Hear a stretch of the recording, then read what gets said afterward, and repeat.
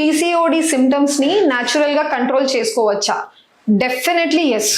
అంటే అందరు అనుకుంటుంటారు, ఊరికే చెప్తుంటాం డయట్ ఎక్సర్సైజెస్ అని అండి, బట్ ఈ చిన్న పాటి లైఫ్ స్టైల్ ఆల్టరేషన్స్ వల్ల మేజర్గా మీరు సిమ్టమ్స్ని కంట్రోల్లో తీసుకురావచ్చు. ఇట్ ఇస్ ప్రూవెన్ అనమాట. సో ఏమేమి మెయిన్గా మనం చూడాల్సింది, పీసీఓడి అందరికీ తెలుసు ఒక హార్మోన్ ప్రాబ్లం అని అంటూ ఉంటారు జనరల్గా. ఎగ్జాక్ట్లీ. సో మనం కంట్రోల్లో తీసుకురావాల్సింది 2 మెయిన్ థింగ్స్, ఇన్సులిన్ అన్న హార్మోన్ లెవెల్స్ అండ్ మన remaining fertility hormone levels. So insulin అన్నది ఏం చేస్తుంది, మన బాడీ బ్లడ్లో షుగర్ లెవెల్స్ని కంట్రోల్ చేసేది. సో అది కరెక్ట్గా ఉండాలి. సెకండ్, రిమైనింగ్ హార్మోన్స్ కూడా నార్మల్ రేంజెస్లో అప్రోప్రియేట్ ఫర్ సైకిల్ ఉండాలి. సో ఈ 2 మనం కంట్రోల్లో తీసుకురాగలిగితే చాలా మటుకు పీరియడ్స్ రెగ్యులర్ అయిపోవచ్చు, మనకు కరెక్ట్గా ఎగ్ పెరిగి విడుదల కూడా అవుతూ ఉండొచ్చు, న్యాచురల్గా ప్రెగ్నెన్సీ కూడా వచ్చే ఛాన్సెస్ చాలా వరకు ఇంక్రీజ్ అవుతూ ఉంటాయి. వీటిని ఎలా అటైన్ చేయాలి? కంట్రోల్ అన్నది న్యాచురల్ టిప్స్ ద్వారా, మెడికేషన్స్ అన్ని పక్కన పెట్టేస్తే న్యాచురల్గా ఎలా చేయొచ్చు? 4 మెయిన్ థింగ్స్ అండి. ఫస్ట్ వచ్చేసి మన డైట్. ఎటువంటి డైట్ తీసుకోవాలి? Low glycemic index food. ఒక గ్లైసిమిక్ ఇండెక్స్ మీనింగ్ ఏంటంటే, మనం ఏదైనా ఫుడ్ తీసుకున్నప్పుడు మన బాడీ బ్లడ్లో షుగర్ ఎంత ఫాస్ట్గా గ్లూకోజ్ లెవెల్స్ ఇంక్రీజ్ అవుతాయన్న స్పైక్ ఎక్కువ ఫాస్ట్ ఉండకూడదు. సో తక్కువ స్లో రైజ్ ఉండాలి. వాటిని లో గ్లైసిమిక్ ఇండెక్స్ ఫుడ్స్ అంటారు.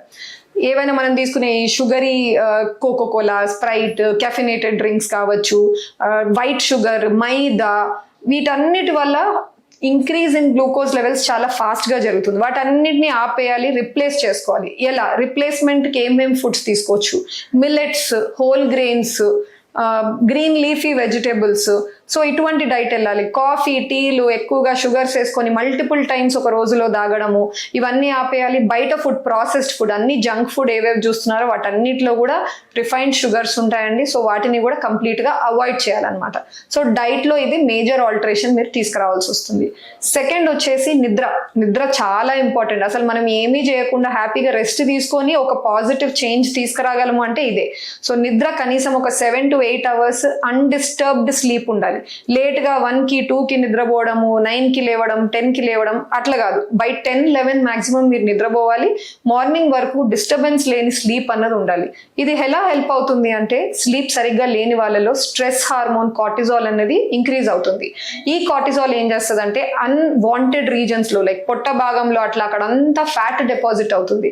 ఈ డిపాజిట్ అయ్యి ఫ్యాట్ ఇండైరెక్ట్ గా వెళ్ళి పీసీఓడి సిమ్టమ్స్ అన్ని ఇంకా కూడా బ్యాడ్ చేస్తుంది. పీరియడ్స్ ఇంకా కూడా ఇర్రెగ్యులర్ అయిపోవడము, వాళ్ళకి యాక్నే అండ్ ఎక్కువ హెయిర్ రావడము ఫేస్ మీద. సో ఇవన్నీ కంట్రోల్ కావాలి అంటే స్లీప్ అడిక్వేట్ గా వాళ్ళకి ఉండాలి. థర్డ్ వచ్చేసి ఎక్సర్సైజెస్. ఎటువంటి ఎక్సర్సైజెస్? దేసే ఒక వారానికి కనీసం 140 నిమిషాలు, అంటే ప్రతిరోజు మీకు ఒక 20 నిమిషాలు మీరు స్పెండ్ చేసినా చాలు ఎక్సర్సైజ్కి. ఎటువంటి ఎక్సర్సైజ్ వెళ్ళాలి? బ్రిస్క్ వాకింగ్, అంటే నిదానంగా పార్క్లో మాట్లాడుకుంటూ వాక్ చేస్తే అది హెల్ప్ కాదండి. బాగా ఫాస్ట్ బ్రిస్క్ వాక్ ఉండాలి. సెకండ్ వచ్చేసి cardio and strengthening exercises. So some weight lifting kind of exercises, అది అండర్ ట్రైనర్ గైడెన్స్తో తీసుకోవాల్సి ఉంటుంది. ఈ కాంబినేషన్లో మీరు కనీసం డైలీ 20 minutes స్పెండ్ చేయగలిగితే ఎవ్రీ వీక్ ఎక్సర్సైజ్ యాప్ట్గా ఉంటుంది. అండ్ కన్సిస్టెన్సీ చాలా ఇంపార్టెంట్.